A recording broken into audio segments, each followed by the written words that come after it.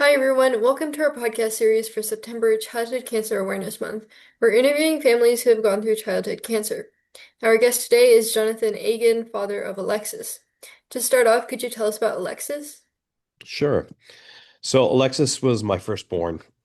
She was born in January of 2006. Normal childhood, normal child. You would have never known anything really was wrong with her. She was diagnosed with DIPG in April of 2008. She was 27 months old when she was diagnosed. Yeah, what was the cancer journey like? So as a lot of people know, DIPG is terminal upon diagnosis. She was given 9 to 12 months to live with standard therapy, which at that point was radiation. And she survived for 33 months. She was on 5 different clinical trials. After radiation, she again, you would have never known that she had this terminal diagnosis. She was going back to preschool and hanging out with friends and just a typical little girl. It was always difficult because you had to balance the prognosis with always trying to have hope that she would be one of the fortunate ones diagnosed with what she had. Yeah, how do you think that affected her? She was so young. She really was. It we tried to normalize her going to the clinic and going to the hospital. It was part of her life. It's what she knew. Nurses and doctors and visits and you know, I don't really know how much she comprehended at that point. Because she was so young. Yeah. How did your perspective on childhood cancer or cancer in general change?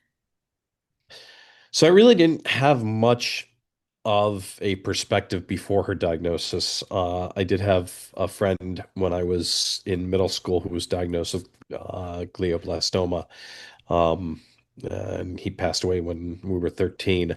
Um, it never made a lasting impact in a way that changed me or challenged me. Not in the way that Alexis' diagnosis did, but certainly in terms of my perspective. I after she was diagnosed, and especially after she passed away in January of 2011, my perspective shifted dramatically. Things that were important to me before weren't important anymore. What got me worked up and got me upset before she was diagnosed and before she passed away. It just that kind of stuff didn't matter, and what I wanted to focus on in life dramatically shifted as well. Yeah, so you've also been involved with early cc-TDI and advocacy. So could you tell us about some of the work you've done? Sure. So in 2014, I was invited to a meeting in San Francisco. I'm from the Washington, D.C. area. And at that meeting, there was a happy hour afterwards. And Charles Keller came up to me and started talking to me about advocacy work. And we just started chatting from there. And within a few months, he had kind of laid out his vision for cc-TDI and the work that he was doing, and one thing led to another, and he and I and Alan Ehrlich ended up co-founding cc-TDI in May of 2014, give or take, I think, is when we initially co-founded it. And the first lab was at Fort. It was a very small space in Fort Collins, Colorado. And I was acting as general counsel and institutional officer and raising funds and bringing other childhood cancer organizations on board to help support Charles's research and build capacity. And yeah, it was a great experience. I loved working with Charles, loved the aspect of the research and the scientific aspect. And working with everybody at the lab at the time. And, from there we moved it to Beaverton, Oregon at the old Nike paint factory. And now cc-TDI has brand new space, and it's just been phenomenal to watch everything that Charles has been able to build. But, I had a couple of other fortunate breaks along the way.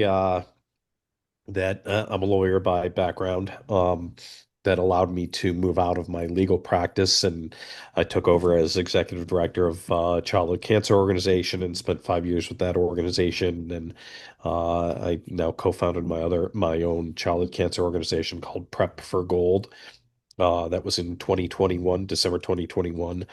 I've been able to be involved in the advocacy community and advocating for various pieces of legislation, and been involved in meetings on the Hill and with the White House, and have been fortunate enough to spend 6 years on one of the steering committees through National Cancer Institute and do grant review through the Department of Defense, and uh, been involved with Pediatric Brain Tumor Consortium, which unfortunately just heard lost our funding. And so, just have been fortunate to be involved in a lot of different aspects of the community.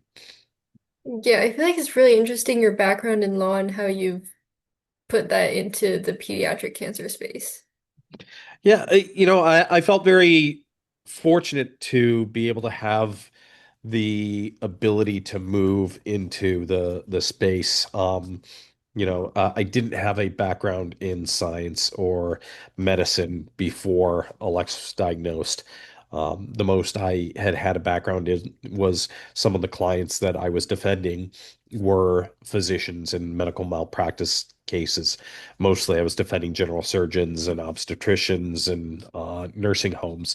So I understood a little, but as a parent, once your child is diagnosed, you have to become well versed in the medicine, and I have an interest in the science, and so I was able to really effectively use some of the training that I had as a lawyer in advocacy work. And it just having a child diagnosed with cancer and pass away from cancer, for me, it sparked this what I call unfortunate passion.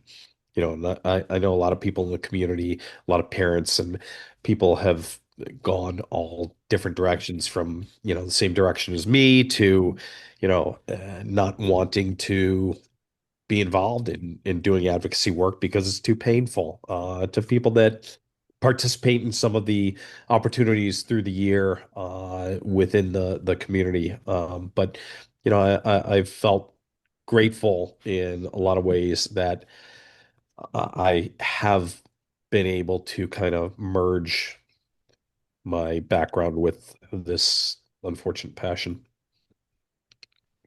Yeah, so what do you think are the next steps for you and how will you and your family continue honoring Alexis? So it involves continuing to do the work that I do with my organization, and interfacing with other members of the community, and staying in touch with people like Charles, and scientists and researchers and clinicians from all over the country and world. My focus with Prep for Gold is prevention, and it's not a focus that has garnered much of a foothold in the community or through NCI, COG. There just has not been an emphasis put on prevention. And so, it really it allows me to continue Alexa's fight in some respects, because without Alexis, I would not be involved in childhood cancer work. And so, I look at her as my constant partner, as my inspiration. But I've met so many other families and other kids, and it once you get this deep into advocacy work and the community, it's really tough to turn away. Yeah. That's the end of our questions, but is there anything else you'd like to share? Um, Trying to think. Uh, no, not really. I feel very optimistic about the path that childhood cancer is moving in. I think that over the years that I've been involved in really understanding childhood cancer on multiple levels, I've seen a lot of great work done. I've seen a lot of great advocacy work done on the Hill with Congress. Great piece of legislation that have been passed. Unfortunately, right now we're watching as a lot of that is being undone, and so it creates more work for us as advocates. But working in spaces that allow families and parents to interact with scientists and help drive the direction of the science and help drive the direction of what is being focused on while identifying the issues and problems that are unmet it's something that keeps recharging me, and I know that I can probably say the same for a lot of people that I know within the community. Yeah, thank you so much for coming onto the podcast. Yeah, you're welcome. Thank you for having me.